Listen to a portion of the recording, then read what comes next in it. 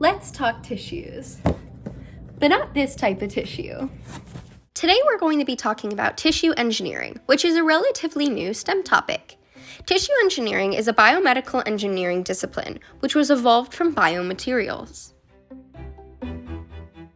To define tissue engineering, it is the practice of using cells, engineering, methods, and more to be able to create functional and living tissues.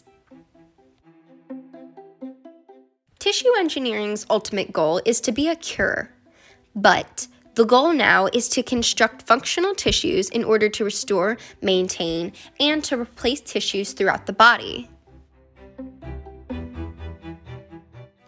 Now, I'm sure you're asking yourself, how does this work exactly?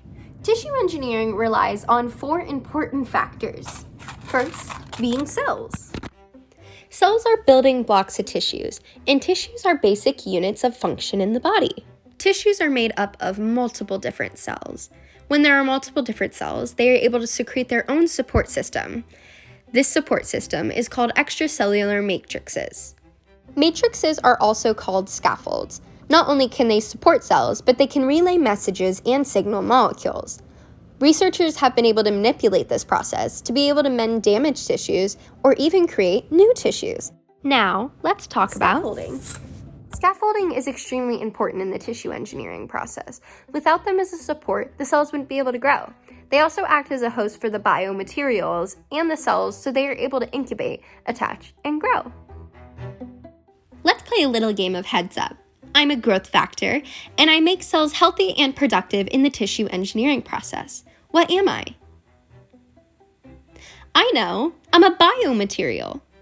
Biomaterials and biomolecules are another important step in the tissue engineering process. We use things such as cytokines and growth factors to be able to choreograph the functions and formation of our tissues. The last step of the process is extensive pressure.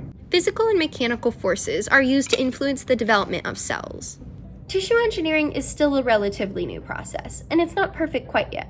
But as I aspire to be a biomedical engineer, I'm ecstatic to see how this field grows over the new years. Thank you for listening to my video about